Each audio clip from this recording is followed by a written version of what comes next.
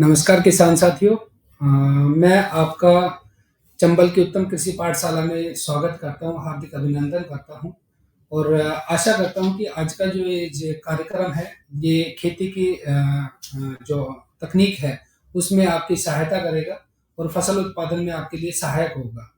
तो मेरा नाम डॉक्टर जगमोहन सैनी है। मैं चंबल फर्टिलाइज़र में पिछले 16 सालों से कार्य कर रहा हूँ और चंबल फर्टिलाइज़र जो कंपनी है, इसके बारे में जो पूर्व वक्ताओं ने भी आपको बताया है कि चंबल फर्टिलाइज़र यूरिया बनाने वाली कंपनी है। इसके साथ-साथ में चंबल फर्टिलाइज़र कृषि के अन्य आदानों को भी बेचने का कार्य करती है, जिसमें आपके उर्वरक हैं, खाद हैं, बीज हैं, दवाइयाँ हैं, जिसमें कीटनाशक, खरपतवारनाशक और फफूंदनाशक दवाइयाँ आती हैं। इसके साथ-साथ चंबल फर्टिलाइज़र जो है, ये आपकी किसानी कृषि विभिन्न प्रकार के कार्यक्रम गाँव-गाँव आयोजित करती है, जिनके माध्यम से खेती की नवीनतम तकनीकियों के बारे में किसानों को जानकारी दी जाती है। इसी कड़ी में चंबल फर्टिलाइज़र ने भी उत्तम कृषि पाठशाला एक कार्यक्रम शुरू किया है।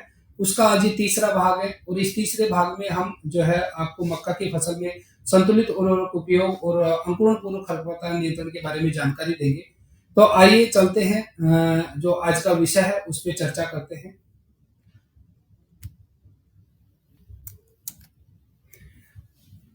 मक्का फसल में संतुलित उर्वरक उपयोग और अंकुरण पूर्व खरपतवार नियंत्रण। अगर इन सबसे पहले बात आती है कि संतुलित उर्वरक उपयोग होता क्या है, तो किसान भाइयों एक तरीके से आप ऐसे समझिए कि जो आपकी मिट्टी में पोषक तत्वों का जो स्तर है, उस स्तर को जानकर उसके आधार पर खादों का जो इस्तेमाल या उर्वरकों का जो इस्तेमाल किया जाए, उसको हम संतुलित उर्वरक उपयोग बोलते हैं। और हम सब जानते हैं कि जो हमारी फसल है, उसको अपना पूरा जीवन चक्र चलाने के लिए 17 पोषक तत्वों की आवश्यकता होती है। और इन 17 पोषक तत्वों को अलग-अलग 3 श्रेणियों में बाँटा गया है, जिनमें हम मुख्य पोषक तत्व, द्वितीयक पोषक तत्व और सूक्ष्म पोषक तत्व 3 श्रेणियाँ बोलते हैं जिनको हम। मुख्य पोषक तत्वों की श्रेणी में आपके नाइट्रोजन, फास्फोरस, पोटाश आते हैं। अगर मैं द्वितीयक पोषक तत्व या गौण पोषक तत्व श्रेणी की बात करूँ, तो उसमें आपका सल्फर, कैल्शियम और मैग्नीशियम आता है। इसके अलावा जो सूक्ष्म पोषक तत्व है, उसमें zinc, iron, copper, manganese, boron, molybdenum, chlorine और निकेल, ये पोषक तत्व आते हैं। तो मिट्टी की जाँच के आधार पर जो खादों का जो इस्तेमाल है, वो संतुलित उर्वरक उपयोग है। आज के समय देखा जाए तो जो खेती जो हम कर रहे हैं, उस खेती में एक ही तरह के खादों का इस्तेमाल ज़्यादा कर रहे हैं। उसकी वजह से हमारा मृदा का जो स्वास्थ्य है, वो धीरे-धीरे गड़बड़ाने लग गया है या उसमें गिरावट देखी जा रही है, या आप लोग भी महसूस करते हैं कि जो आपकी जो ज़मीन है, उसमें पर्याप्त मात्रा में खाद या उर्वरक डालने के बाद भी पैदावार उतनी नहीं हो पा रही जितनी होनी चाहिए। तो इसीलिए अभी हमें क्या करना चाहिए कि मिट्टी के अंदर हमें खादों का इस तरीके से इस्तेमाल करना चाहिए कि उसमें आप रासायनिक खादों के साथ-साथ जो उसमें जैविक खादें हैं, चाहे वो गोबर की खाद हो, चाहे वो कंपोस्ट की खाद हो, उनका इस्तेमाल करके आप मिट्टी के जो स्वास्थ्य है, उसमें सुधार करते हुए आपकी जो फसल है, उसकी उपज और गुणवत्ता को आप बढ़ा सकते हैं। तो जो आपका, अगर मैं पोषक तत्व की जो बात कर रहे थे अपने, की जो 4 मुख्य 3 मुख्य जो पोषक तत्व है, नाइट्रोजन, फास्फोरस और पोटाश है। इसके अलावा सल्फर की अधिकता भी आज के समय जो भारतीय जो भूमि है या जो इंडियन सॉइल है, उसमें सल्फर की डेफिशिएंसी भी 40 से 50% तक देखी जा रही है। इसीलिए अभी कुछ समय पूर्व ही जो सल्फर पोषक तत्व है, इसको भी चौथा पोषक तत्व घोषित करने की सलाह दी गई है कृषि विभाग को। तो उसमें जो पहला पोषक तत्व है नाइट्रोजन, उसके हम बारे में बात करते हैं। नाइट्रोजन आप लोग यूरिया के रूप में इस पोषक तत्व का इस्तेमाल करते हैं। नाइट्रोजन के प्रयोग से आप देखते हैं कि आपकी जो फसल है, उसमें जैसे आप जानते हैं कि नाइट्रोजन डालने के बाद में फसल में एकदम से हरापन आता है, तो ये जो आपका क्लोरोफिल कंटेंट है, उसको बढ़ाने में सहायक होता है। इसके साथ-साथ जो आपकी फसल है, उसका वानस्पतिक वृद्धि और विकास में सहायक होता है। बहुत सारी पौधे में अनेक प्रकार की जो मेटाबॉलिक एक्टिविटीज़ है, उनको उनके उनमें सहायक होता है ये। इसके साथ ही कई अन्य प्रकार के जो पोषक तत्व हैं, उनके अवशोषण और ट्रांसलोकेशन, स्थानांतरण में भी सहायक होता है। जब नाइट्रोजन की मात्रा पूरी होती है, तो जो आपकी मक्का की फसल है, उसमें आप देखते हैं कि जो आपका उसका जो मक्का का जो भुट्टा है, उसका आकार अच्छा होता है, उसमें दाने भरे हुए होते हैं बिल्कुल। तो इस तरीके से जब ये दोनों चीज़ें होती हैं, तो फिर आप सब लोग जानते हैं कि इन्हीं की वजह से आपकी जो फसल है, उसकी उपज और जो गुणवत्ता है, उसमें भी बढ़ोतरी होती है और इसकी वजह से फिर आपको, किसान को आर्थिक लाभ अधिक मिलता है। अब किसान भाई क्या करते हैं कि जब नाइट्रोजन जो खाद है, इसका इस्तेमाल अगर उसके कमी के लक्षण देख के करें, तो ज़्यादा अच्छा रहेगा। उससे क्या है कि हमें उसका ज़्यादा फ़ायदा मिलेगा। तो इसके कमी के लक्षणों की बात करें तो उसमें सबसे पहला जो कमी का लक्षण आता है वो ये कि नाइट्रोजन की कमी की वजह से पौधे की जो या जो फसल है हमारी मक्का की, उसकी वृद्धि और विकास जो है वो कम होने लग जाता है या स्लो होने लग जाता है, जिसके कारण पौधा कमज़ोर और बौना रह जाता है। सबसे पहले नाइट्रोजन के जो लक्षण हैं, आप यहाँ पे मेरी जो पीपीटी है इसमें देख भी पा रहे होंगे कि नाइट्रोजन के जो लक्षण हैं सबसे पहले पुरानी पत्तियों पे दिखाई देते हैं। जो पुरानी पत्ती है वो हल्की हरी या उनमें पीलापन होना शुरू हो जाता है। पत्ती के सिरे से लेके और आगे की साइड में जाए वी के आकार का पीले रंग के जो है आधार की ओर से बढ़ता हुआ पीले रंग दिखाई देता है, जिसकी वजह से कई बार पूरी की पूरी पत्ती पीली हो जाती है। और जब नाइट्रोजन की कमी होती है फसल के अंदर तो हमारा जो भुट्टो का आकार है या मक्का के, वो छोटा होता है और उसमें दाने भी पूरी तरीके से नहीं भर पाते। उसकी वजह से क्या होता है कि जो हमारी फसल की उपज है और जो अनाज की गुणवत्ता है, उन दोनों में गिरावट आती है। इसी प्रकार जो अगला पोषक तत्व है फास्फोरस, उसकी अगर मैं बात करूँ तो फास्फोरस जो है एक तरीके से आपकी जो फसल है, जब आप बुआई करते हैं तो बुआई के बाद जब आप देखते हैं कि डीएपी वाली खाद है या जो सिंगल सुपर वाली फॉस्फेट वाली खाद है या जो टीएसपी वाली खाद है या जो भी फास्फोरस वाली खाद है, उनका इस्तेमाल करने की जो सलाह है वो बुआई के टाइम पे दी जाती है। ऐसा क्यों होता है? क्योंकि जो फास्फोरस पोषक तत्व है वो आपका जो बीज जो बुआई के लिए आपने काम में लिया है, उस बीज के जमाव में और उसके स्वस्थ अंकुरण में सहायक होता है। इसके साथ ही जो फास्फोरस का मुख्य कार्य है, जो शुरुआती पौधे से जड़ें निकलती हैं, उनके निर्माण और उनके समग्र या समुचित विकास में फास्फोरस पोषक तत्व सहायक होता है। तो एक तरीके से देखा जाए तो जो फास्फोरस है, ये अगर इसकी कमी हो ज़मीन के अंदर, तो ये आपका जो बीज है उसका अंकुरण अच्छा नहीं हो पाएगा और ना ही आपका जो जड़ों का विकास अच्छा हो पाएगा। उसकी वजह से आपकी जो फसल की उपज है उसमें गिरावट आएगी और जो भुट्टे का जो आकार है या जो दाने भरने का जो संख्या उसमें होनी चाहिए, उसमें गिरावट आएगी। तो इस तरीके से ये जो 2 मुख्य पोषक तत्व जो आप खादों के रूप में यूरिया और डीएपी के रूप में जिनका इस्तेमाल करते हैं, उनके बारे में मैंने बताया। अब अगला जो पोषक तत्व पोटाशियम पोटाशियम और सल्फर है। तो पोटाश के बारे में किसान भाइयों ऐसे समझे कि जब भी ये जो पोटाश पोषक तत्व है, अभी हमारी जो ज़मीन आज के समय जो खेती में जो हम 2 तरह के खादों का इस्तेमाल कर रहे हैं, उसकी वजह से धीरे-धीरे अब इसकी जो कमी है पोटाश की, वो भी फसलों में देखी जा रही है। अगर मक्का की फसल की मैं बात करूँ तो पोटाशियम का बहुत बड़ा रोल होता है मक्का की फसल में। ये क्या करता है कि जो आपकी फसल है, उसके में जो आपके मक्का के पौधे हैं, आप देखते हैं कि इसकी जो हाइट है लगभग 5 से 6 फीट के आस-पास तक भी हो जाती है हाइट इसकी। तो इसके गिरने की संभावना ज़्यादा रहती है। तो पोटाशियम क्या करता है कि अगर पोटाश आपकी ज़मीन में पर्याप्त मात्रा में है या पोटाश का आपने खेती में इस्तेमाल किया है शुरुआत में बुआई के टाइम पे, तो ये आपका जो पौधा है उसके तने को सशक्त बनाता है, उसको मजबूत बनाता है और इसके साथ ही ये जो आपके पोषक तत्व जो ज़मीन के अंदर उपलब्ध हैं, उनके परिवहन में सहायक होता है। मतलब जड़ों से पोषक तत्वों को ऊपर पत्ती तक पहुँचाने में सहायक होता है। उसकी वजह से फिर वो पत्तियाँ अपना भोजन बना पाती है, जो भोजन होता है वो उसके रूप में आपके भुट्टे के रूप में वो आता है। और इसी के साथ में अगर आप देखा जाए तो जो पौधे में नाइट्रोजन का जो अधिकतम उपयोग में पोटाश का सहायक होता है। इसके साथ-साथ पोटाश जो है ये आपके जो फसल है, उसमें कई प्रकार के जैविक और अजैविक तनाव जो होते हैं, जैविक तनाव का मतलब आप ऐसे समझिए कि जो आपकी फसल है उसमें जो कीट बीमारी जो लग रहे हैं, उसके लिए रोग-रोधक क्षमता पैदा करता है। उसके साथ ही अजैविक तनाव की मैं बात करूँ तो जैसे अधिक गर्मी का पड़ना, अधिक ठंड का पड़ना या अधिक बारिश की वजह से फसल का गिरना या लोजिंग होना, इन सब के प्रति सहनशीलता पौधे के अंदर बढ़ाता है और आपकी फसल को नुकसान होने से बचाता है। पोटाश की अगर आपके खेत में पर्याप्त मात्रा में है या पोटाश खाद का आपने इस्तेमाल किया है, तो आपके जो भुट्टे हैं, उन भुट्टों में दाने पूरे भरे हुए होंगे, उनकी क्वालिटी बहुत अच्छी होगी, दानों का जो चमक और रंग है, वो बरकरार रहेगा और इन्हीं की वजह से फिर आपका जो बाज़ार भाव है, वो आपको उचित बाज़ार भाव मिलेगा। आपकी फसल की जो गुणवत्ता है और जो उसको बनाए रखने में भी पोटाश का अहम भूमिका होती है।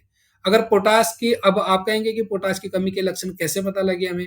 तो इसके लिए आप जो ये यहाँ पे पीपीटी में जो चित्र दिखाया गया है, उसको भी आप देख सकते हैं। सबसे पहला तो क्या होता है कि अगर पोटाश कम है, तो आपका जो पौधा है, वो आसानी से गिर जाएगा, लोजिंग की समस्या रहेगी उसमें। इसके साथ-साथ ही क्या है कि आपकी जो पत्तियाँ हैं, उन पत्तियों को देख के आप पोटाश की कमी के लक्षण पहचान सकते हैं। पत्ती के जो किनारे हैं, वो झुलसे हुए दिखाई देते हैं और एक तरीके से अगर ज़्यादा कमी के लक्षण हो, तो पत्तियों के ऊपर जो पीले या कासिया रंग के जो धब्बे हैं, वो दिखाई देते हैं एक तरीके से धारियों के बीच में। और जब पोटाश की ज़्यादा कमी होती है तो भुट्टे का जो साइज़ होता है वो बहुत छोटा हो जाता है। तो और उसमें दाने भी कम संख्या में बनते हैं। और अंत में इसका जो कमी के प्रभाव जो है फसल की उपज को भी प्रभावित करते हैं, जिसकी वजह से पैदावार कम होती है। तो हमें जो हमारा जो खादों का जो हम इस्तेमाल करें, उसमें पोटाश वाली खाद का ज़रूर समावेश करें। इसके साथ ही जो अगला पोषक तत्व सल्फर पोषक तत्व है, यह भी मक्का की फसल के लिए बहुत ही महत्वपूर्ण पोषक तत्व है।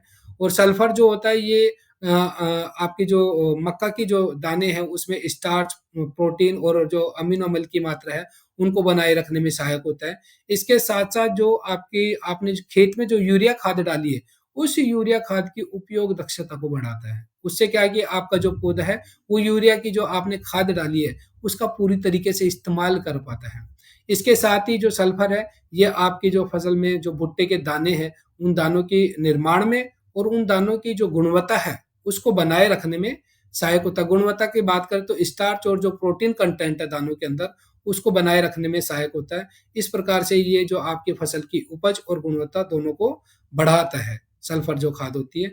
सल्फर की कमी के लक्षण और जो नाइट्रोजन की कमी के लक्षण हैं, इन दोनों को लेके कई बार किसान भाई थोड़े से कन्फ्यूज़ हो जाते हैं कि दोनों के लक्षण एक जैसे ही दिखाई देते हैं, फसलों में पीलापन दिखा देता है। लेकिन आप लोगों को क्या करना है कि जो इनका मेजर जो डिफरेंस है, जो मुख्य अंतर है इनका, उसको पहचानना है। नाइट्रोजन में मैंने आपको बताया था कि जो कमी के लक्षण है वो पुरानी पत्तियों पे दिखाई देते हैं, जबकि सल्फर की कमी के लक्षण जो है, वो जो नई पत्तियाँ जो आ रही हैं, उनके ऊपर दिखाई देते हैं। तो किसान भाइयों एक बार फिर मैं बता देता हूँ, सल्फर की कमी के लक्षण नई पत्तियों पे दिखाई देते हैं, पीलापन जो और जो नाइट्रोजन की कमी की वजह से जो पीलापन पुरानी पत्तियों पे दिखाई देता है। ज़्यादातर किसान भाई क्या करते हैं कि जो यूरिया वाली जो खाद है, जैसे फसलों में जैसे ही पीलापन दिखाई देता है, यूरिया वाली खाद का इस्तेमाल करते हैं। तो पहले आपको ये देखना है कि जो पत्तियों में पीलापन है, वो नई पत्तियों में है या पुरानी पत्तियों में है। अगर पुरानी पत्तियों में है, तो फिर आपको नाइट्रोजन खाद का इस्तेमाल करना है। अगर नई पत्तियों के अंदर है, तो फिर आपको सल्फर वाली खाद का इस्तेमाल करना है। तो इस तरीके से ये जो 4 पोषक तत्व हैं, इनका इस्तेमाल आपको आपकी खेती के अंदर करना चाहिए। अब मक्का की फसल की बात मैं कर रहा था, तो मक्का की फसल में अब ज़्यादातर किसान भाइयों का सवाल रहता है कि डॉक्टर साहब ये बताइए कि भई जो हमें जो खाद है, वो खाद कौन-कौन सी डालें और कैसे डालें? आज तो मक्का में 2 तरह की जो किस्में होती हैं, संकर किस्में होती हैं और संकुल या कंपोजिट किस्में हम जिनको बोलते हैं, वो 2 तरह की किस्में होती हैं। उन दोनों किस्मों के लिए अलग-अलग खादों की ज़रूरत होती है। इसके साथ एक देसी किस्म की भी बोते हैं, उसमें आप खाद की मात्रा 50% तक और भी कम कर सकते हैं। तो जो संकर किस्में, इसमें मैंने अलग-अलग 4 तरह के जो विकल्प दिए हैं, क्योंकि आज के समय देखा जाए तो जो डीएपी वाली जो खाद है, इसकी शॉर्टेज है मार्केट में, तो इसके जो अलग जो फास्फोरस के जो दूसरे उर्वरक जो बाज़ार में उपलब्ध हैं, उनके आधार पे मैंने यहाँ पे संतुलित उर्वरक उपयोग का एक वो बनाया है। पर आप ज़्यादा कोशिश आप ये करें कि जो आपकी खेत की मिट्टी की जाँच है, उस मिट्टी की जाँच के आधार पर ही आप उर्वरकों का इस्तेमाल करें। ये एक तरीके से क्षेत्रीय अनुशंसा के आधार पे यहाँ पे जो उर्वरकों की गणना की गई है। तो सबसे पहला जो विकल्प है, उसमें अगर आप देखें तो यूरिया वाली जो खाद है वो 105 किलो का इस्तेमाल करना चाहिए। डीएपी वाली खाद लगभग 65 किलो के आसपास आप इस्तेमाल कर सकते हैं। पोटाश वाली खाद 40 किलोग्राम और सल्टोन की जो खाद है वो 18 किलोग्राम प्रति एकड़ के हिसाब से आप इनका इस्तेमाल कर सकते हैं। अगर बाज़ार में डीएपी वाली खाद आपके यहाँ पे बाज़ार में उपलब्ध नहीं है, तो आप टीएसपी या एसएसपी इन दोनों में से किसी एक खाद का इस्तेमाल कर सकते हैं। टीएसपी की खाद का अगर आपको इस्तेमाल करना है, तो उस समय फिर आप यूरिया 130 किलोग्राम इस्तेमाल करेंगे। टीएसपी की जो मात्रा है वो 65 किलो होनी चाहिए। एसएसपी आपका 188 किलोग्राम होना चाहिए। टीएसपी और एसएसपी दोनों में से एक का इस्तेमाल कर रहे हैं, दोनों का इस्तेमाल आपको नहीं करना है। एमओपी आपका वही 40 ग्राम और सल्टोन आपका 18 किलोग्राम होना चाहिए। इसी प्रकार संकर किस्म का जो तीसरा विकल्प है, उसके रूप में अगर मान लीजिए आपके यहाँ पे ना डीएपी है, ना टीएसपी है, ना एसएसपी है, अगर आपके यहाँ पे एनपीके कॉम्प्लेक्स फर्टिलाइज़र 12-32-16 उपलब्ध है बाज़ार में और आप उसी का इस्तेमाल करना चाह रहे हैं, तो फिर उस दशा में आप उस दशा के अंदर आप यूरिया वाली जो खाद है, वो 106 किलोग्राम यूज़ कीजिएगा और जो एनपीके है वो लगभग 94 किलोग्राम के आसपास इस्तेमाल कीजिए।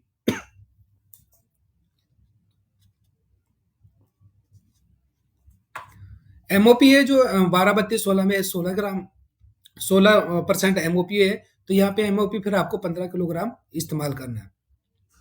सल्टोन की जो मात्रा वो आपको 18 किलोग्राम प्रति एकड़ के हिसाब से रखनी है।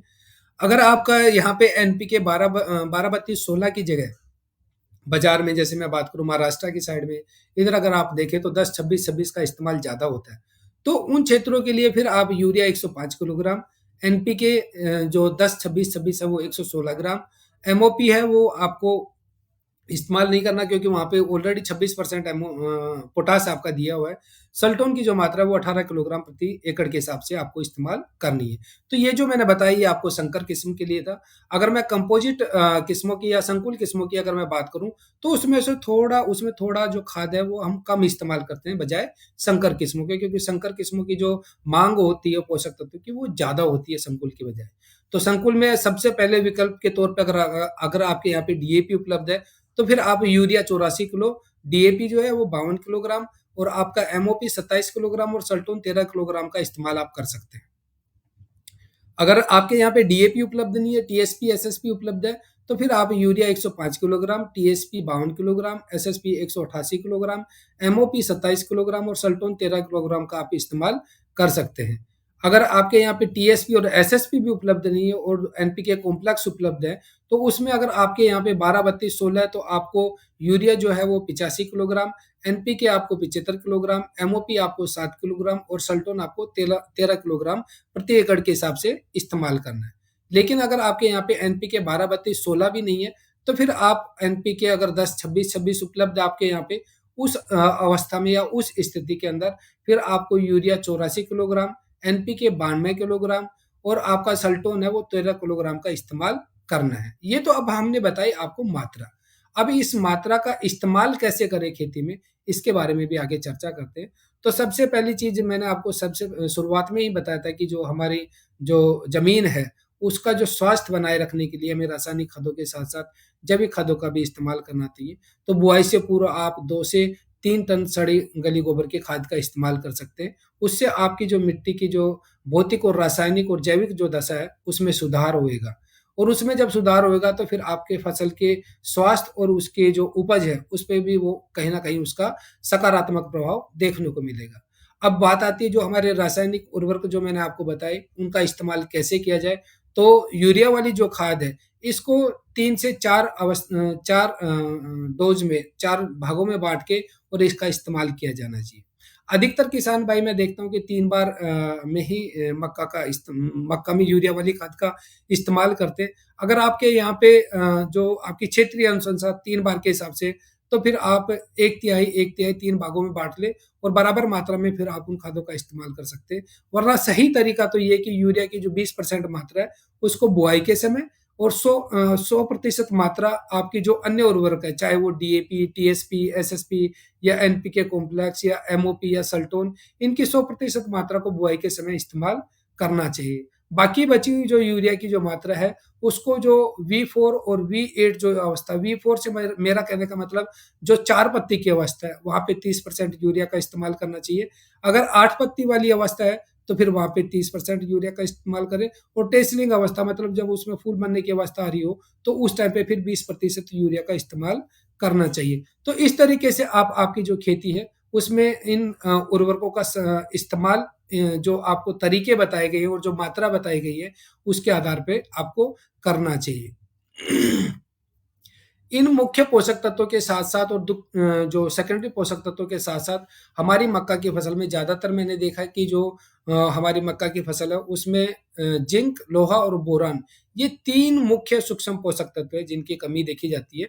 तो इनकी कमी के जो लक्षण हैं आप खड़ी फसल में भी देख के और उसके हिसाब से आप इनकी खादों का आप खेती में इस्तेमाल कर सकते हैं। तो जिंक की अगर मैं बात करूँ तो जिंक में जो नई व छोटी पत्तियाँ जो होती है वो पूरी तरीके से विकसित नहीं हो पाती और पीलापन होता है। अगर आप यहाँ पे चित्र में देख भी पा रहे हैं कि आधार जो पत्ती का आधार है, वहाँ से पीलापन शुरू होके ऊपर की तरफ जा रहा है। तो इस तरीके से ये पीलापन आता है इसमें।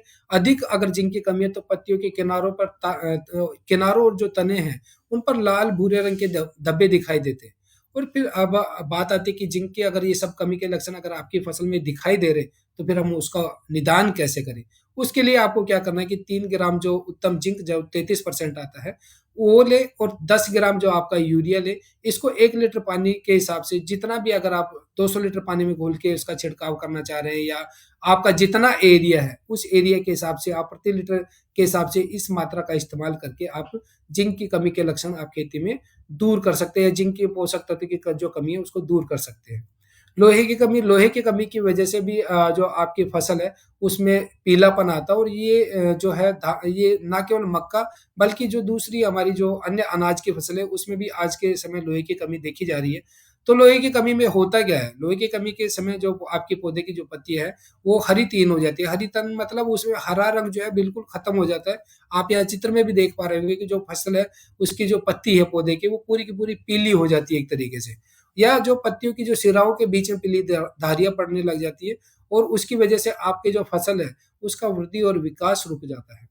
तो इस जो लोहा पोषक तत्व है, इसकी कमी पूर्ति के लिए किसान भाई को क्या करना चाहिए कि 10 ग्राम जो फेरस सल्फेट जो आता है, जो खेती योग्य जो एग्रीकल्चर ग्रेड का जो आता है, उसको प्रति लीटर पानी में घोल के और आप इसका इस्तेमाल कर सकते हैं। बोरान की अगर मैं बात करूँ तो बोरान के लक्षण भी अभी सूक्ष्म पोषक तत्वों में बोरान की कमी भी बहुतायत में हमारी यहाँ की जो ज़मीन है उसमें देखी जा रही है क्योंकि जो आज का जो सघन फसल चक्र हमारा हो गया है, जो फसलों में एक ही तरह के खादों का इस्तेमाल और गोबर की खाद या अन्य जैविक खादों का इस्तेमाल न करने से इस पोषक तत्व की कमी के लक्षण भी अब अधिकतर फसलों में देखे जा रहे हैं।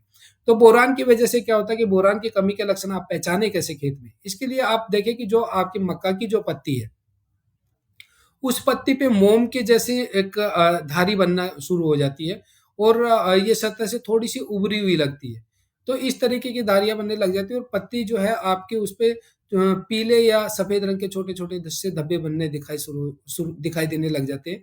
पत्तियों के जो सिरे होते हैं वो मुड़े हुए होते हैं और कई बार तो ऐसा होता है कि जो नई पत्तियाँ होती हैं वो पूरी तरीके से खुल भी नहीं पाती है। तो इस वजह से क्या होता है कि जो आपकी फसल है उसके जो भुट्टे हैं, भुट्टों में भी दानों का जो भराव है, वो पूरी तरीके से नहीं हो पाता। यहाँ पे आप चित्र में देख पा रहे हैं कि कहीं पे दाने कम भरे हुए हैं, कहीं पे ज़्यादा भरे हैं। एक समान दाने नहीं होते भुट्टे में या एक समान दाने भरे हुए नहीं हैं। उसकी वजह से आपकी फसल की जो उपज है, उसमें गिरावट आती है और दानों की जो क्वालिटी है, उसमें भी गिरावट आती है। तो बोरान की इन कमी के लक्षणों को पहचान के आप अपनी फसल के अंदर खड़ी फसल में जो बोरान वाली जो खाद है या जो उर्वरक है, उसका आप इस्तेमाल कर सकते हैं। इस्तेमाल के लिए आप 102 ग्राम उत्तम पॉलीबोर जो आता है हमारा चंबल फर्टिलाइज़र का, उसका 102 ग्राम मात्रा को प्रति लीटर पानी में घोल के और आप उसका इस्तेमाल करें, तो बोरान की कमी के जो कमी है, उसको दूर किया जा सकता है फसलों में। इसके साथ ही ये तो मैंने आपको रासायनिक उर्वरकों के बारे में बताया। एक चंबल फर्टिलाइज़र का उर्वरक आता है ये खाद है, जैविक खाद है, एक तरीके का बायो फर्टिलाइज़र है, उत्तम सुपर राइजा। इसका भी आप मक्का की फसल में इस्तेमाल करें, तो आपकी जो कई बार हम देखते हैं कि जो किसान भाइयों को यहाँ गोबर की खाद पर्याप्त मात्रा में उपलब्ध नहीं हो पाती है। तो ऐसी अवस्था में फिर जो जैविक खाद अगर आपके यहाँ पे जो आपके गोबर की खाद या कंपोस्ट खाद उपलब्ध नहीं है, तो आप उत्तम सुपर राइजा वाली खाद का इस्तेमाल करें और उत्तम सुपर राइजा खाद है, इसके बहुत अनेक फ़ायदे हैं। खाद एक है, पर इसके फ़ायदे अनेक है फसल के अंदर। तो सबसे पहला पहला फ़ायदा तो ये क्या होता है कि ये आपके जो ज़मीन का जो स्वास्थ्य है, मिट्टी का जो स्वास्थ्य है, उसमें सुधार करता है। उसके में जो आपके पोषक तत्व जो हैं, उनको उपलब्ध अवस्था में लेके आता है और उनकी उपलब्धता को बढ़ाता है। जब पोषक तत्वों की उपलब्धता बढ़ती है, तो आपकी पूरी की पूरी जो फसल है, उसका समग्र विकास होता है एक तरीके से। आपकी जो फसल है, उसमें जड़ों का समुचित विकास होता है और जब जड़ों का समुचित विकास होगा, तो जड़ें अच्छी बनेंगी, तो पोषक तत्वों का अवशोषण अधिक मात्रा में करेंगे। जब पोषक तत्वों का अवशोषण अधिक होगा, तो आपका जो फसल है, उसमें रोग बीमारियों से लड़ने की क्षमता अधिक होगी। इसके साथ-साथ ही उसपे भुट्टे अच्छे बनेंगे, उनमें दानों की संख्या अच्छी होगी, उनकी क्वालिटी अच्छी होगी और जो आपका जो फसल की उपज है, वो भी अधिक और स्वस्थ होगी एक तरीके से। उत्तम सुपर राइज़र के इस्तेमाल से आप खेती में रासायनिक उर्वरकों की जो प्रभावशीलता है, उसको बढ़ा सकते हैं। एक तरीके से आप जितनी भी फास्फोरस वाली खादों का इस्तेमाल जो करते हैं, उनकी उर्वरक उपयोग दक्षता अगर देखा जाए, तो 15 से 20% होती है। लेकिन अगर आप उत्तम सुपर राइज़र वाली खाद का इस्तेमाल करते हैं, तो ये उनकी उर्वरक उपयोग दक्षता को बढ़ाती है। तो आपकी जो खाद जो आपने खेत में इस्तेमाल की है, वो पूरी की पूरी आपके पोषक जो पौधा है, उसको मिल पाती है। इसके साथ ही उत्तम सुपर राइज़र क्या करता है कि बहुत सारी जो मृदा जनित बीमारियाँ हैं या जो मिट्टी में जो दीमक वगैरह है, जो अन्य हानिकारक कीटे हैं, वो कीट जो उपलब्ध होते हैं उनके नियंत्रण में भी ये सहायक होता है, और इसके साथ-साथ एक कीट रोग प्रतिरोधक क्षमता को भी ये फसल की को बढ़ाता है। तो जो दूसरे जो इसके साथ ही जो आपकी फसल में जो अनेक प्रकार के जो अजैविक और तनाव जो आते हैं, जैसे सूखे की समस्या आ गई है, एकदम से ड्राई स्पेल आ गया है, या जो आपकी जो ज़मीन है उसमें लवणता अधिक है, या उसमें जो भारी धातु है, हेवी मेटल्स अधिक है, तो उनके लिए भी ये पौधे में प्रतिरोधक क्षमता, उनकी जो सहनशीलता है उसको बढ़ाता है। ये एक पर्यावरण अनुकूल और लागत प्रभावी उत्पाद है। इसका आप खेती में ज़्यादा से ज़्यादा इस्तेमाल करें, तो आपको इसके अनेक फ़ायदे मिलेंगे, और ये एक विश्व स्तरीय उत्पाद है। मैं आप किसान भाइयों को बता दूँ कि नवंबर 2023 में इस उत्पाद को चंबल फर्टिलाइज़र के इस उत्पाद को विश्व में 1 नंबर का जैविक खिताब का मिला हुआ, इसको पुरस्कार मिला हुआ है। तो इसका इस्तेमाल करें, आप ज़्यादा से ज़्यादा खेती में इस्तेमाल करें। अब बात आती है कि इस्तेमाल कैसे करें, या इसका इस्तेमाल करने का तरीका क्या है? तो उत्तम सुपर राइज़ा वाली जो खाद है, 4 किलो की मात्रा इसकी प्रति एकड़ के हिसाब से आप इस्तेमाल कर सकते हैं। इसको 2 तरीके से आप इस्तेमाल कर सकते हैं, बुआई के समय इस्तेमाल कर सकते हैं, और खड़ी फसल में। खड़ी फसल में उसका समय अवधि है, वहीं तक आपको इस्तेमाल करना है। तो बुआई के समय तो जितने भी आपके जो डीएपी वाली खाद है, या जो भी आप बुआई के समय खादों का इस्तेमाल कर रहे हैं, उनके साथ मिला के आप इसको इस्तेमाल कर सकते हैं। अगर आप किन्हीं कारणों की वजह से बुआई के समय अगर आप इस खाद का इस्तेमाल नहीं कर पाए, तो फिर आप खड़ी फसल में, जब आपकी फसल 20 से 30 दिन के आसपास की हो जाती है, तो 20 से 30 दिन के अंदर-अंदर इस खाद का इस्तेमाल आपको करना चाहिए। इसके जो प्रयोग मात्रा है वो मैंने आपको बताई, 4 किलो प्रति एकड़ से के हिसाब से आप इस खाद का इस्तेमाल कर सकते हैं। अभी चंबल फर्टिलाइज़र का उत्तम सुपर राइज़ा ही एक अलग तरीके की और खाद आ गई है। ये तो दानेदार खाद है, एक वाटर सोल्यूबल और हम नया लेके आए हैं इस बार, तो उसका जो मात्रा है वो 100 ग्राम प्रति एकड़ के हिसाब से उसका भी आप इस्तेमाल कर सकते हैं। इसके साथ ही चंबल फर्टिलाइज़र का एक जैविक उत्पाद बायो नैनो फॉस्फोरस जो है, वो उत्तम परिणाम के नाम से आता है। इसका आप खेती में इस्तेमाल कर सकते हैं, और ये एक बहुत ही विश्व स्तरीय तकनीक से बनी हुई उर्वरक है ये। और इसमें जो है आपका जो पोषक तत्वों की अगर मैं बात करूँ, तो इसमें फास्फोरस के अलावा 4 फास्फोरस के अलावा 6 और पोषक तत्व उपलब्ध होते हैं। इन पोषक तत्वों के साथ-साथ जो इसमें ओलिगोसैकेराइड और लिपोप्रोटीन नामक 2 चीज़ें और जैविक चीज़ें भी पाई जाती हैं।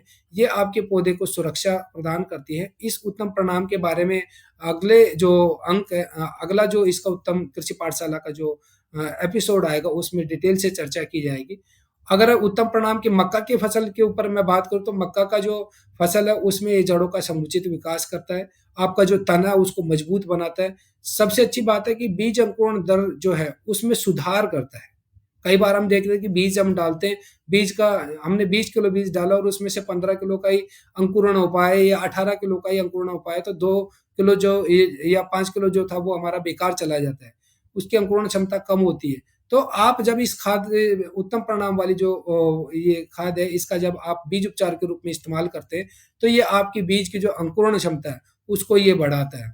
इसके साथ ही जो आपकी जो फसल है, उसमें ये भुट्टों का निर्माण अधिक मात्रा में करता है, और भुट्टे में जो दाने हैं, या जो बीज का जो उत्पादन है, उनमें दानों की संख्या जो है, उसमें ये सुधार करता है। इसके अलावा वो जो फूल टेसलिंग है, या जो फूल का निर्माण है, उसमें सहायक होता है, और उनका निर्माण अधिक करता है। इसके साथ ही आपको उत्तम परिणाम के बारे में एक चीज़ और मैं बता दूँ, उत्तम परिणाम का इस्तेमाल करने से आपको जो खेती में कई बार हम देखते हैं कि जो हमारी फसल है, उसमें असमान परिपक्वता होती है। कई बार हम देखते हैं कि खेत के एक हिस्से में थोड़ा-सा फसल जल्दी पकने लग जाती है, और कुछ दूसरे हिस्से में कम पकती है। जब आप इस खाद का इस्तेमाल करते हैं, तो एक समान पकाव होता है आपकी फसल में, और थोड़ा जल्दी पकाव होता है। उससे किसान को फ़ायदा होता है अपनी समय से फसल की कटाई करने के लिए। तो और इसके साथ ही जो उत्तम परिणाम का इस्तेमाल कर के आप फसल की उपज और गुणवत्ता में वृद्धि कर सकते हैं। इसके बाद जो दूसरी चीज़ें हैं, उत्तम परिणाम है, ये एक आपकी जो सोइल और जो एनवायरनमेंट है, दोनों के लिए ये पर्यावरण हितैषी है एक तरीके से देखा जाए तो। जैविक खेती के लिए अनुशंसित है एक तरीके से ये वाली खाद, तो जैविक खेती भी जो किसान भाई करते हैं, उसमें इसका इस्तेमाल कर सकते हैं इस खाद का। इस खाद का इस्तेमाल करके खेती की लागत में कमी लाई जा सकती है, और जो हमारा खेती से जो आर्थिक लाभ होता है, उसको हम अधिक कर सकते हैं। आपकी फसल में जो मैंने बात की, इसमें 2 चीज़ें हैं, ओलिगोसैकेराइड और लिपोप्रोटीन, ये आपकी फसल को एक तरीके से सुरक्षा कवच प्रदान करती है, जो जैविक और अजैविक तनाव से कम करती है फसल के अंदर। जैविक में आपका कीट रोग आते हैं और अजैविक में जो सूखा और ठंडा की जो अवस्थाएँ आती है, अत्यधिक गर्मी वाली अवस्था हो या अत्यधिक पाला पड़ने वाली अवस्था हो, उनसे फसल की जो सहनशील क्षमता है उसको बढ़ाता है। तो एक तरीके से पौधे की रक्षा प्रणाली को मजबूत करता है। उत्तम परिणाम का जो इस्तेमाल है, अब किसान भाइयों आपके मन में सवाल होगा कि उत्तम परिणाम का इस्तेमाल कैसे करें? तो उत्तम परिणाम का 3 प्रकार से आप इस्तेमाल कर सकते हैं। बुआई के समय आप 250 एमएल मात्रा लें और उसको प्रति एकड़ बीजों के हिसाब से इस्तेमाल कर सकते हैं मक्का की फसल के लिए। और बुआई के साथ-साथ जब आपकी फसल लगभग 30-35 दिन के आसपास की जब फसल हो जाए, तो उस समय वानस्पतिक बढ़वार के समय इसका पहला छिड़काव करें। छिड़काव में भी वही आपको 250 एमएल की मात्रा प्रति एकड़ के हिसाब से इस्तेमाल करनी है। और जो दूसरा जो छिड़काव है, वो आप जो है आपकी फूल बनने से पहले की जो अवस्था है, 50-55 दिन के आसपास की जो अवस्था होती है, उस समय उत्तम परिणाम का आप इस्तेमाल कर सकते हैं। तो इस तरीके से आप जो उत्तम सुपर राइज़ा और जो उत्तम परिणाम 2 जैविक उत्पाद है चंबल फर्टिलाइज़र के, इनका खेती में ज़्यादा से ज़्यादा इस्तेमाल करके आपकी फसल की उपज और गुणवत्ता को आप बढ़ा सकते हैं। अब जो हमारा जो बात अगली बात आती है कि मक्का की जो फसल है, उसमें अंकुरण पूर्व खरपतवार नियंत्रण कैसे किया जाए? तो सबसे पहली चीज़ तो यही आती है कि अंकुरण पूर्व खरपतवार नियंत्रण होता क्या है? तो जो हमारी फसल है, कई बार हम उसमें देखते हैं कि मोस्टली जो हमारी फसल है, मक्का की जो फसल है, बारिश वाली फसल है और इसमें खरपतवार बहुत ज़्यादा होते हैं। खरपतवार आपने बीज डाला नहीं, बीज डालने के बाद में जैसे बारिश होएगी, पौधे के जो जो हमारा जो मुख्य फसल का बीज है, वो बाद में उगना शुरू होता है, पर खरपतवार के बीज पहले ही उगना शुरू हो जाते हैं। और वो जब ज़्यादा जल्दी उगना शुरू हो जाते हैं, तो उसकी वजह से क्या होता है कि ज़मीन के अंदर जो हमने बेसल मात्रा में जो खादों का इस्तेमाल किया है, उसकी ज़्यादातर मात्रा जो है, फिर ये खरपतवार के पौधे उनका अवशोषण करते हैं और अपनी वृद्धि और विकास करने लग जाते हैं। तो मक्का की फसल में इस प्रकार ये जो हमारी मुख्य फसल है, उसकी उससे ये प्रतिस्पर्धा करते हैं और जब मुख्य फसल को कम पोषक तत्व मिलते हैं, तो फिर हमारी जो फसल है, उसकी उपज में गिरावट ज़रूर आती है। और ये गिरावट आपकी खरपतवारों की संख्या पे निर्भर करती है। ये 35% से लेके और 50% तक ये गिरावट देखी गई है अभी तक के वैज्ञानिकों द्वारा अलग-अलग जगह पे। तो जितना जल्दी हो सके उतना जल्दी खरपतवारों का नियंत्रण करना चाहिए। उससे क्या होगा कि वो हमारे जो पानी और जो पोषक तत्व जो मुख्य फसल को दे रहे हैं, उससे उसकी प्रतिस्पर्धा होने की संभावना कम हो जाती है। तो इसलिए मक्का की जो फसल है, उसमें अंकुरण पूर्व खरपतवार नियंत्रण की रणनीति बनाना बहुत ज़रूरी है आप लोगों के लिए। तो जब भी अब समय भी है मक्का की फसल का बुआई का, तो इस समय इस चीज़ को आपको ख़ास तौर पे अपनी जो मक्का की फसल की रणनीति बना रहे हैं, उसमें अंकुरण पूर्व खरपतवार नियंत्रण का भी आपको समावेश करना चाहिए। अब इसके लाभ क्या होते हैं? खरपतवार नियंत्रण फसल के अंकुरण अवस्था में होने लगता है, जिससे फसल को सर्वोत्तम और स्वच्छतम शुरुआत मिलती है, एक तरीके से देखा जाए तो। दूसरा क्या है कि जो फसल की शुरुआती विकास है, जब खरपतवार के पौधे नहीं होंगे, तो आपकी जो फसल है, उसमें उर्वरकों का पूरा इस्तेमाल मुख्य फसल के द्वारा के पौधों द्वारा किया जाएगा, तो उसकी विकास और वृद्धि तेज होएगी और जब विकास और वृद्धि तेज होगी, तो आपका पौधा स्वस्थ और मजबूत बनेगा और उससे फिर उसकी जो फसल की या अनाज की जो पैदावार है, वो भी आपकी बढ़ जाएगी। कई बार क्या देखते हैं कि जो हम अंकुरण के पूर्व जो खरपतवार नियंत्रण नहीं कर पाते हैं, तो फिर हम उसके बाद में जब खरपतवार उग जाते हैं, उसके बाद जब वो उनका नियंत्रण करते हैं, तो उस समय कई सारी परेशानियाँ हमारे सामने आती है। जैसे मैंने आपको बताया कि जो मक्का है, ये बारिश के मौसम की फसल है इस समय खरीफ की जो है, तो इसमें फिर बारिश भी लगातार होती रहती है, तो हमारे पास जो स्प्रे करने का जो समय है या छिड़काव करने का जो समय है, वो भी हमारे पास कम रहता है। तो अंकुरण पूर्व अगर हमने दवाई का इस्तेमाल कर लिया, तो जो ये समय का दबाव और मौसम संबंधी जो समस्या है, उससे हमें छुटकारा मिल सकता है।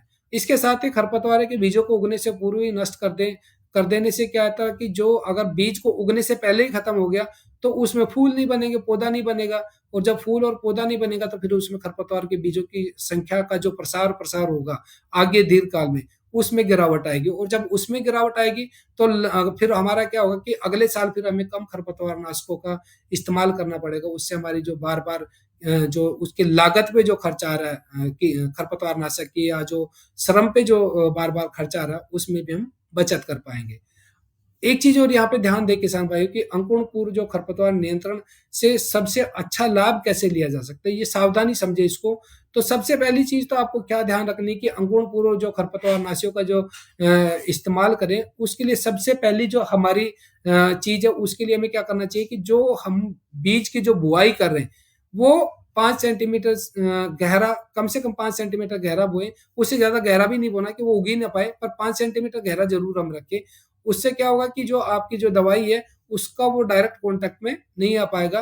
अंकुरण पूर्व शाकनाशियों का प्रयोग बुआई के यथाशीघ्र बाद करना चाहिए या 24 से 48 घंटों के भीतर इसका प्रयोग आपको कर लेना चाहिए।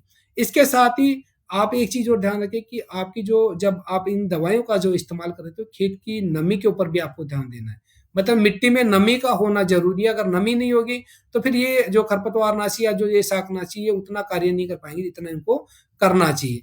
तो मिट्टी की नमी का अवश्य ध्यान रखें। इसके साथ ही इनके सबसे एक ये और कई किसान भाइयों द्वारा तजुर्बा किया गया है कि जो जो अंकुरण पूर्व शाकनाशी है या जो खरपतवारनाशी है, इनका इस्तेमाल करने के लगभग 5-6 दिन बाद ही बारिश हो जाती है।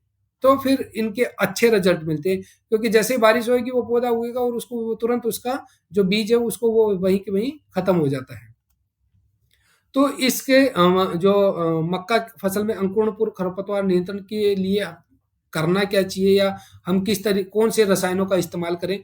तो चंबल फर्टिलाइज़र के 2 उत्पाद यहाँ पे इसके विधि के लिए अंकुरण पूर्व के लिए इस्तेमाल किए जाते हैं।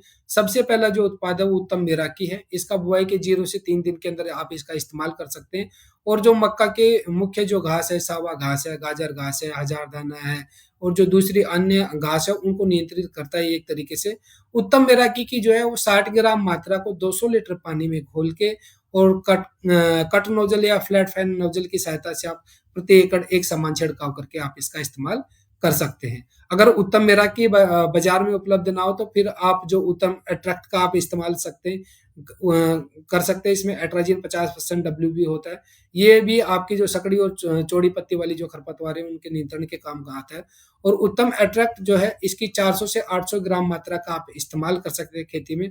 बस ये ध्यान रखना कि आपका जो पानी है वो 250 लीटर के आसपास आपको प्रति एकड़ का इस्तेमाल करना चाहिए। पानी की मात्रा पे किसान भाई खास तौर से ध्यान दें, क्योंकि कई बार मैं जब खेतों में जाता हूँ या गाँव में जब मीटिंग करते हैं, वो किसानों से हम बात करते हैं, तो वो थोड़े पानी के अंदर दवाई की पूरी मात्रा का इस्तेमाल करते हैं। उसकी वजह से क्या होता है कि वो जो दवाई है पूरी तरीके से खेत में या फसल के ऊपर फैल नहीं पाती और फिर उसका उतना असर नहीं हो पाता।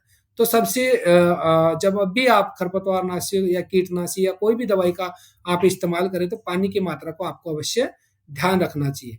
आप सुनिश्चित करें कि इस प्रकार से हम अंकुरण पूर्व खरपतवार नियंत्रण करके हमारा जो खेत है, वो जो पहली वाली जो पिक्चर है उस तरीके से एकदम साफ और स्वच्छ दिखना चाहिए, ना कि जो दूसरी वाली पिक्चर है उसकी तरह दिखना चाहिए।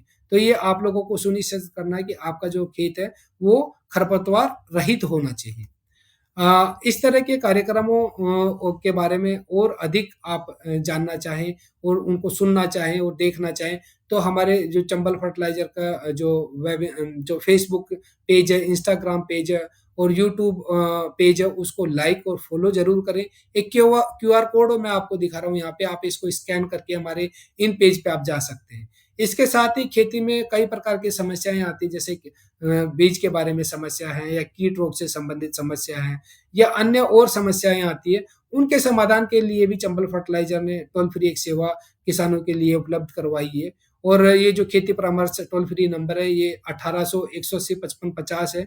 ये चंबल फर्टिलाइज़र के हर उत्पाद के ऊपर ये नंबर अंकित किया होता है। आप इस नंबर पे कॉल करके हमारी इस सेवा का अधिक से अधिक फ़ायदा ले सकते हैं। तो आइए धन्यवाद।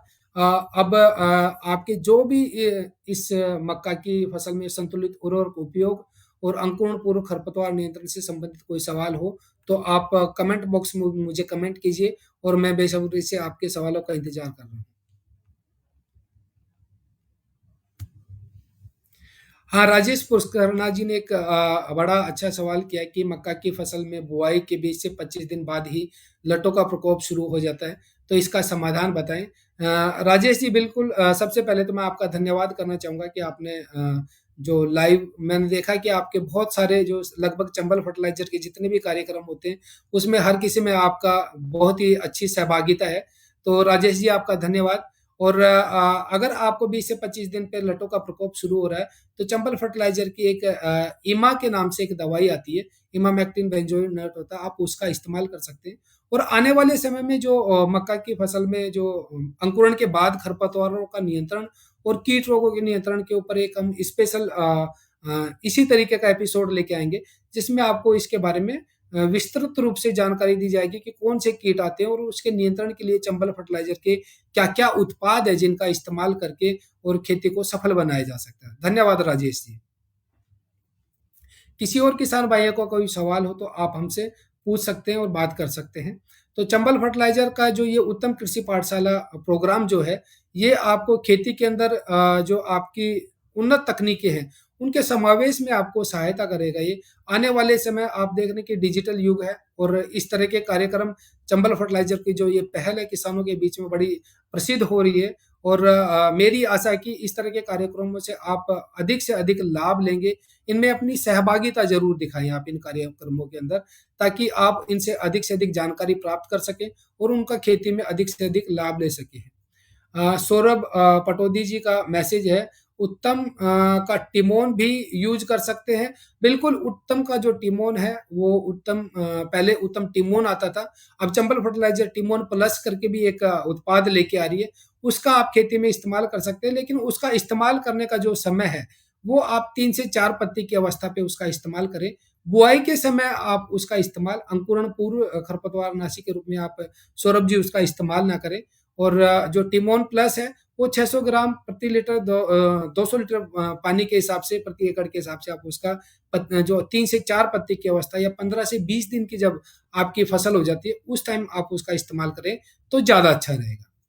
अ, और भी मैं आपको इसके बारे में बता रहा था उत्तम कृषि पाठशाला के बारे में। तो जो ये कार्यक्रम है, इसके माध्यम से आप अपनी खेती-बाड़ी की जो जो नवीनतम तकनीकें हैं, उनके बारे में जानकारी आप समय-समय पे आपको देते रहेंगे। अब अगले जो माह है, उसमें भी हमने बहुत सारे इस तरह के प्रोग्राम करने हैं। तो मेरी आप सभी लोगों से गुज़ारिश है और एक निवेदन भी है मेरा कि ये ऐसे जो वेबिनार जो चंबल फर्टिलाइज़र द्वारा चलाए जा रहे हैं, इनका जो फ़ेसबुक के माध्यम से या जो आपके यूट्यूब से आप देख पा रहे हैं, उनको आप ज़रूर देखें उनको और अपने जो दूसरे किसान साथी हैं, उनको भी इस ऐसे कार्यक्रमों के बारे में आप बताएँ। उनकी इस तरीके की जो कार्यक्रम है चंबल फर्टिलाइज़र द्वारा चलाए जा रहे हैं, जिनमें तकनीकी जानकारी दी जा रही है खेती के बारे में, तो उनसे अधिक से अधिक लाभ लें आप। किसी और किसान भाइयों का कोई और सवाल हो तो आप हमसे पूछ सकते हैं।